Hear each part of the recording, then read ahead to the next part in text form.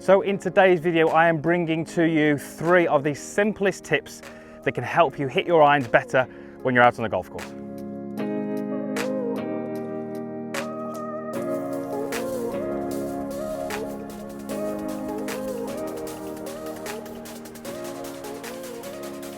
So you have joined me on the 16th hole here at the Forest of Arden, where we're talking about your iron clubs and 3 tips that can help you strike the ball much better.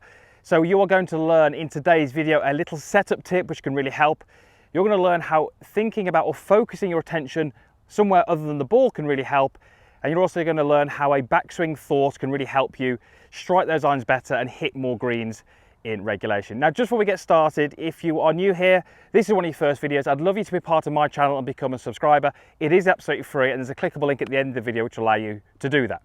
So we're talking of irons, but specifically we're talking about contact and how well you strike your irons, because the reality is the golfers that we see, the handicap golfers, could generally benefit from striking these golf clubs more consistently and better. And that's really going to do 2 things. It's probably going to help you lower your scores, but it just helps you enjoy the game much more, because it's a lot more fun to make a golf swing and have that real nice strike that we all know the best players do.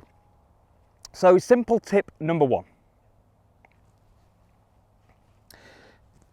So the first tip, which is really going to help you strike those irons, is just your setup, is just to think about your weight distribution. I want you to set up with your irons, and I want you to have slightly more weight on your lead side by around about 55% on that lead side. Now you're going to do that through your midsections, that's knees and hips. So we want to take those and we want to just push them slightly towards the target. It's not a huge amount, but I certainly feel a little bit more pressure now through my lead side.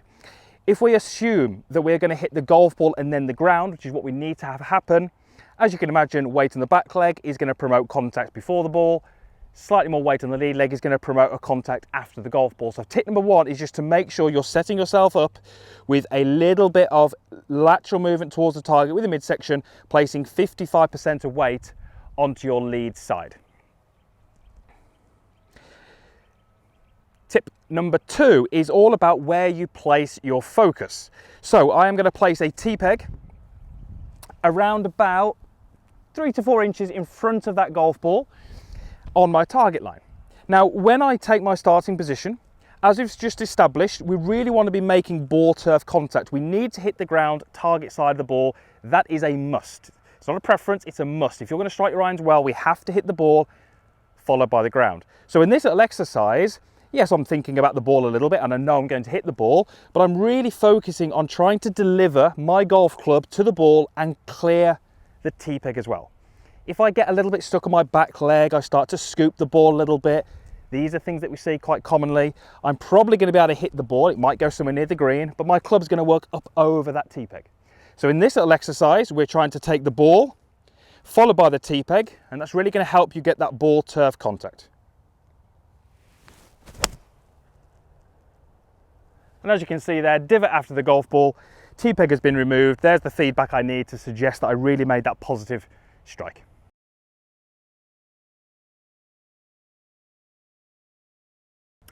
And finally, tip number 3 is just a backswing thought or a backswing idea, again, which is going to help you strike the ball better. Bearing in mind, so far, what we've really done is try to help us with that ball turf contact.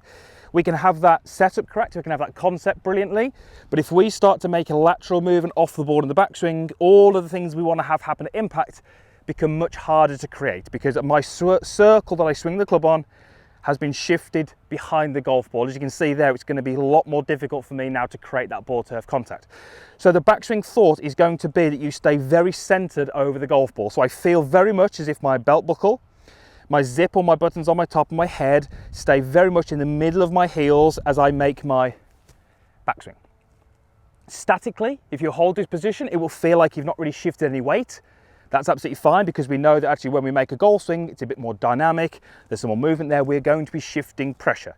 But I really want you to be focusing with your irons on making a centered turn, because lots of the golfers who struggle with contact very often have some lateral off the ball, whether that be midsection, whether it be upper body, or whether that be actually both. Very often they struggle to get back to a functional delivery position. So, thinking about strike with your irons, if I really want to flush those irons from the fairway, I'm going to start off with a little bit more weight on my lead side. I'm going to feel like I make a centered turn. and I'm going to have my focus target side of the ball, which is where I want to remove the turf from the ground. So let's have a go, and let's see if we can do all of those things and see if we can get this ball onto that green and give myself a birdie putt.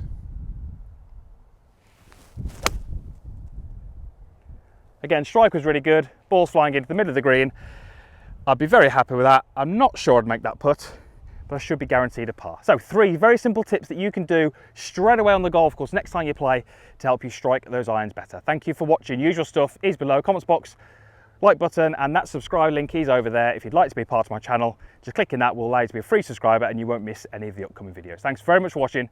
We'll see you back here again soon.